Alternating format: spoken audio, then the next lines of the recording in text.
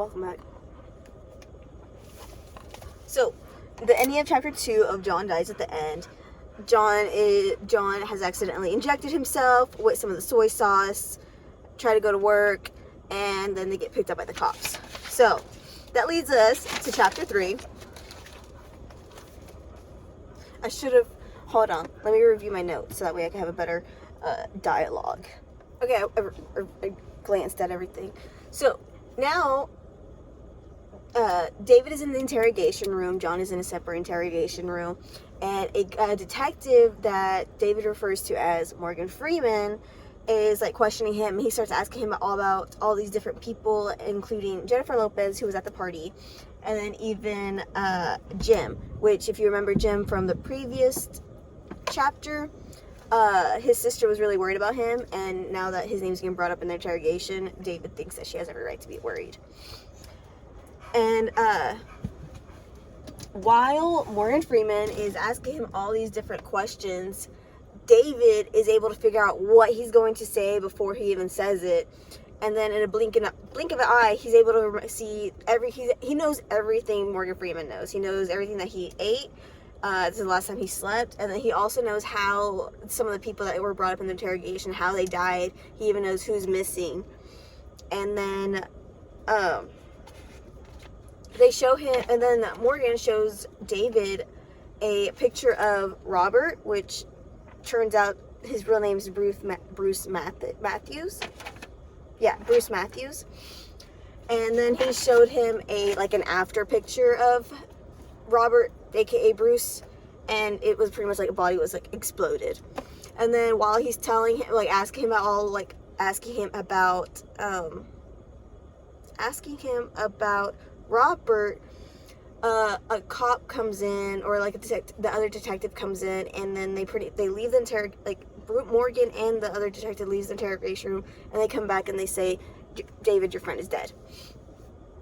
And then, but then we go back into the conversation between Arnie the reporter and David, and I completely forgot that they were in this that David was sitting down with a reporter until we came back here. I'm like, who's Arnie? And then I had to read a little bit, and then I remembered. I was like, oh yeah, okay, so he's telling Arnie the story. I should have, duh.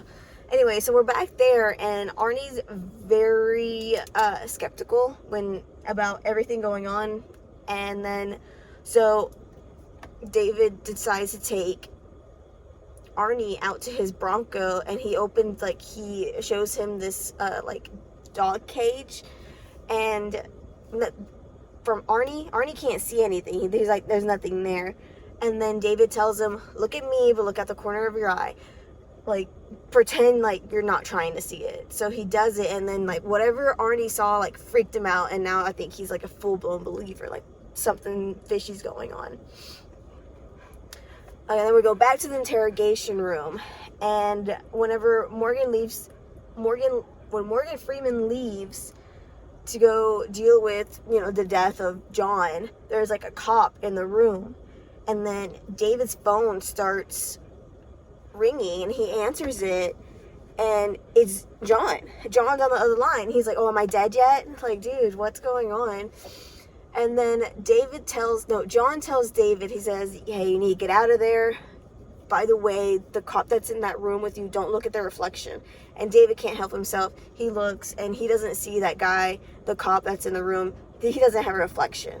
And John tells David, he's not real, but he could definitely hurt you. And that's whenever the cop started coming after David. And somehow the cop's arm gets ripped off, and now it's tangling himself around John's neck, and then the mustache that was on the cop is a bat now, attacking him.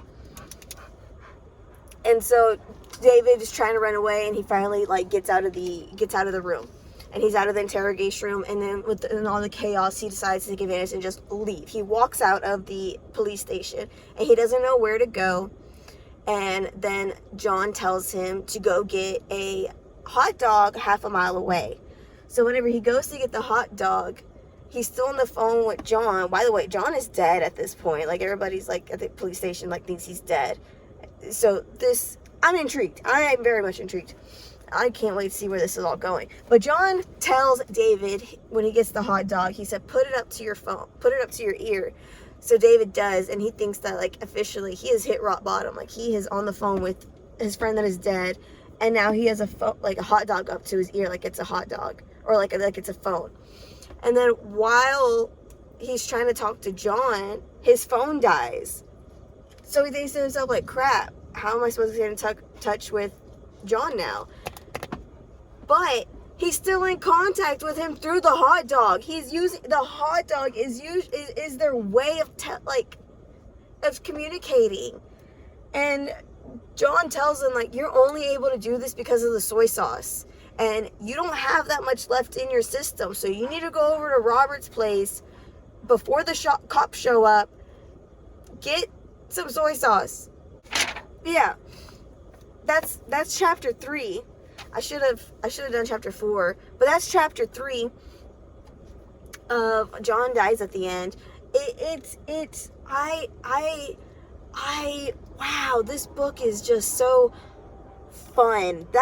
This book is fun to me. It's really wild, it's really crazy, and man, I hope, like, kids don't read this book and they try to actually shoot actual soy sauce, because that would be very upsetting. But I see that this book is a movie, so I'm gonna end up probably watching that after I'm done reading the book. But that's the summary of chapter 3. I'll read chapter 4 today, and I'll probably record chapter 4 tomorrow and post it the same day. Anyways, y'all have a great day.